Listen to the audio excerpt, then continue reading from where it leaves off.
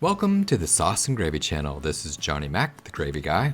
In this recipe, I'm going to show you one of my all-time favorites. Biscuits and gravy with from scratch buttermilk biscuits and a traditional southern sausage gravy. Let's begin with the buttermilk biscuits, shall we? There are so many different ways that you can make biscuits, but I like this method. It's quick and it's easy. Take 1 stick of butter, throw it into your freezer for at least 1 day so it'll harden up, and then break out your processor and shred it up whenever you're ready to make those biscuits. Inevitably, there'll be a small amount of butter that does not shred. Don't freak out, just take it off, put it to the side. I'll show you what to do with it in a moment. Check it out, you shredded butter in a matter of seconds. No need to work 5 minutes with the pastry cutter. And for the butter on the top of the processor, just take a knife and cut it into small pieces. Moving right along, sticking with that quick and easy biscuit making process, grab a mixing bowl and add 2.5 cups of self-rising flour and 2 tablespoons of granulated white sugar. Give the dry ingredients a quick mix. Nice work. Next step, round up that shredded butter and drop it in. And it's a good idea to keep the butter as cold as possible, so try to work fast and try not to handle it that much. Make sure to add those little pieces of butter that you chopped up. Grab a spoon or a spatula and mix the flour and sugar with the butter until everything is well incorporated. Now it's time to add your buttermilk. Make a well in the center of the flour mixture and add 1 cup of cold buttermilk.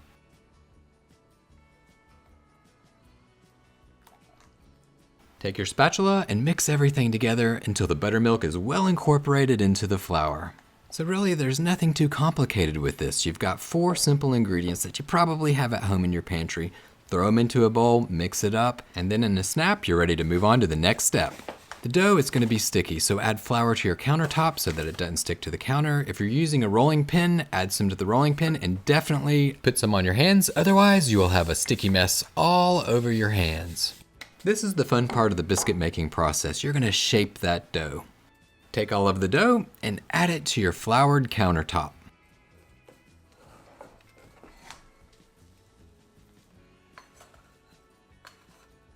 Gently knead the dough with your hands until it holds together, forming a rectangular type shape.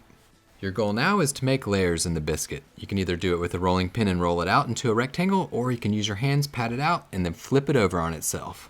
Pat your dough down, turn it, and then do it again.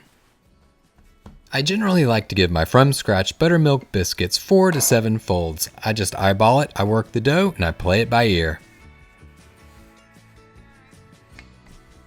If for some reason your dough starts to get a little too warm and that butter starts to melt and stick to the work surface or your rolling pin, you can always throw it into the fridge for a few minutes to let it cool down.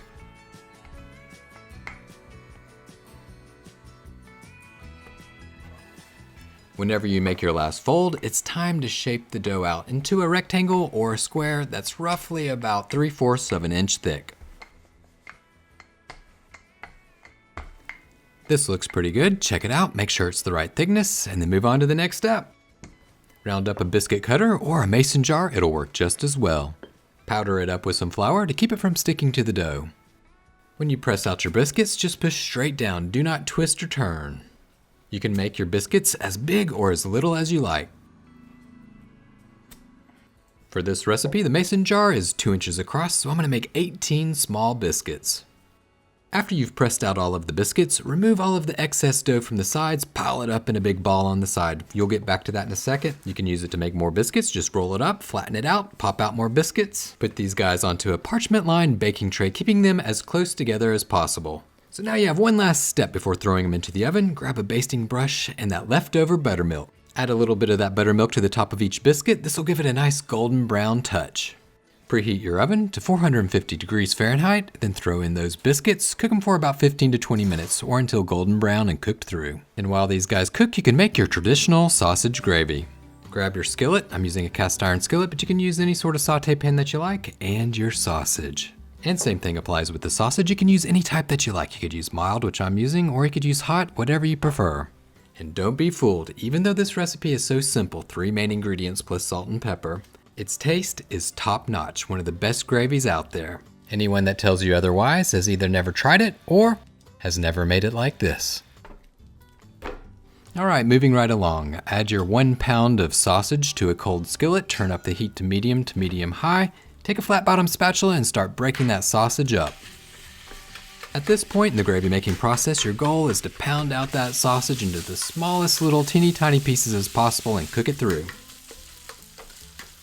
So check it out, this is how you want it. Now it's time to move on to the next step, add the flour. We're making a glorified roux.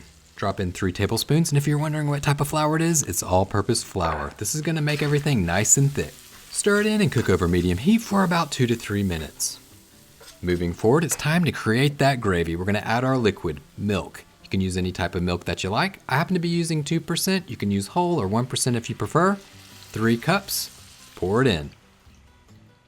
You'll want your burner to be over about medium to medium high heat. You want to bring this to a simmer. Grab a spatula, give it a mix, make sure everything is well combined. Season the gravy with some black pepper. Crushed black pepper is the best. You can add a tiny dash or you can add a big dash. It's homemade, so you can make it how you like. And you know, if you didn't believe me up front whenever I said that this sauce was going to be one of the easiest sauces out there to make, well, you probably understand by now. From this point forward, you just thicken up the sauce. You can add a little bit more black pepper if you like. The only thing that you want to keep an eye on is the heat. If it gets a little bit too hot and simmers a little bit too much, turn that heat down to low to medium. Let it simmer for a few minutes to infuse the flavors, but once it becomes as thick as you like, or it coats the back of the spoon, then you're ready to move on to the last step. Give the gravy a taste, see if you need to adjust the seasoning. Don't eat all of the gravy now. Don't forget those biscuits that are getting ready to come out of the oven. Add some additional salt or black pepper if necessary. And bam, you're done. And oh, what perfect timing. That buzzer rang. Now it's time to take those biscuits out of the oven. Let's check out these buttermilk biscuits and see how they look.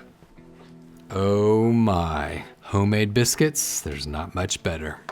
Add some butter to the top of those biscuits. You can either use the bar directly, peel back that paper and lather it on, or if you'd like to create more dishes to clean, melt that butter down, grab a basting brush and lather it on. But check it out, look at that little buttermilk beast, piping hot, ready to go. And yes, it's definitely hot. All right, shall we put this traditional Southern breakfast together? Let's do it.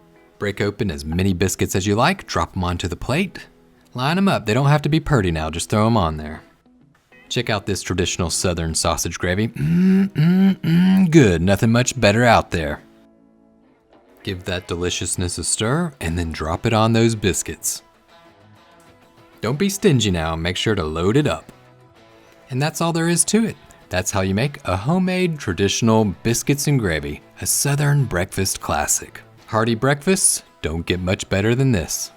Thanks for watching the Sauce and Gravy channel. I hope that you enjoyed this recipe and I hope that you go out and give it a shot. If you happen to be looking for additional breakfast ideas, you might want to try out this biscuits and gravy casserole, or you might want to watch this quick and easy blender hollandaise sauce. You can whip this up in no time at all. Thanks again for watching, and remember, keep whisking, y'all. Woo! That is good.